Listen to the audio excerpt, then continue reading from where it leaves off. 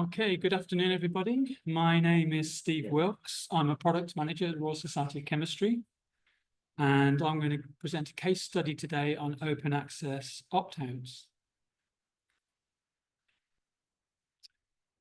Okay, so today we're going to be looking at why. Why do authors opt out of OA publishing in our hybrid journals despite having institutional agreements?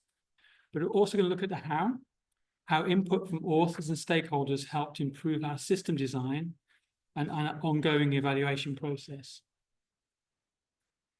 So in the product team I work in, we're well placed to look at this. We sit in this sweet spot here in the middle between the RSC business, and our goal is to be 100% open access by 2028. We also have our customers on the left, our customer experience here. And there's two customers here. There's authors who sign the license, and there's also librarians who are involved in the OA agreement. And then on the right is our in-house article licensing system. And in the product team, we're about implementing these OA agreements for our librarians, boosting author engagement and maximizing return on investment. So here are the opt-out rates and interventions we put in place. I will point you to the top right, where there's some numbers which give a sense of scale to the opt-out rates here. So if we look at the opt-out rates monthly, they're broken down from January 2023. You can see throughout January, it was increasing up to a maximum of about 18% in August. And you can see that we put in an author email, so to the librarian about the author opt-out. That goes to the librarian for all articles that opt out. But this didn't seem to be tackling the problem. So in August 2023, we put in some targeted librarian support, and we did some small system changes as well. And that sort of identified some problems and got the opt-out rates down to some percentage, but it wasn't really nailing the problem. And you can see in January 2024, it spiked again to 14%. So at that point, we put in a mandatory author opt-out survey. We did some analysis and theming on that. And then we took that into an improved system design, which we released in September 2024 last year. And you can see the impact that's had. It's down at 2 or 3% now. And also the good news is in January it didn't spike like it did last year. So I'm going to talk about the opt-out survey and the system design in the next few minutes. So here is the opt-out survey numbers. But first, let's look on the right-hand side. Here's the journey for the author coming through. Here's our license system. This is the old system design. They come into the system, and the system automatically recognizes they have a deal. That's presented to them on the left there. They choose to opt out and go on the right-hand side. So they choose subscription access. If they carry on down, they get a little warning box to tell them they're going against the institute's wishes. And when they pass through that, they go to a mandatory survey, which they have to fill out, obviously. And we get the feedback from that. You can see the numbers on the left there. The institute country is broken down, the date range for the survey we did, and also the split of limited versus unlimited, which is really useful to know because we got some feedback on that, which I'll talk about now.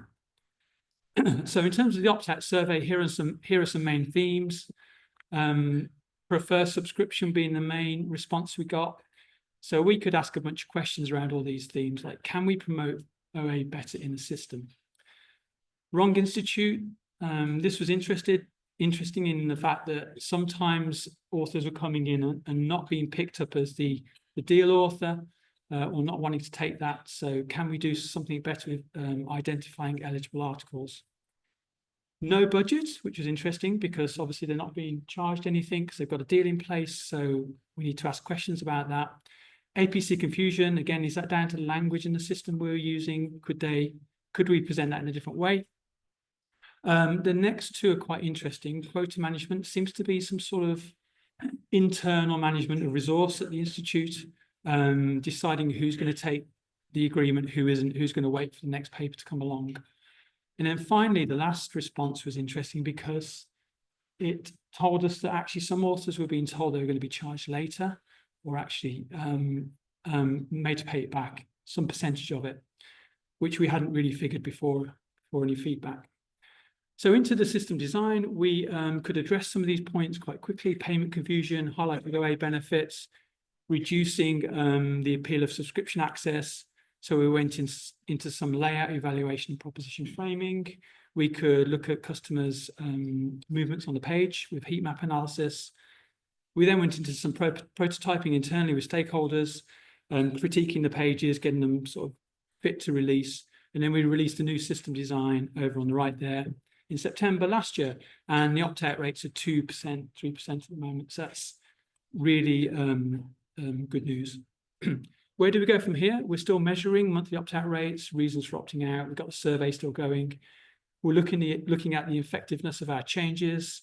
We do have some next steps. So we're going to be listening and reacting to customer feedback, maintaining that targeted librarian support where we need it, and further promoting the benefits of OA in the UI. And then some bigger areas to explore: improve the automatic identification of eligible articles through the system.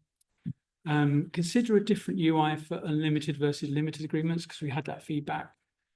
And then we want to explore institute application of OA agreements for authors, how they internally manage that in their research institute.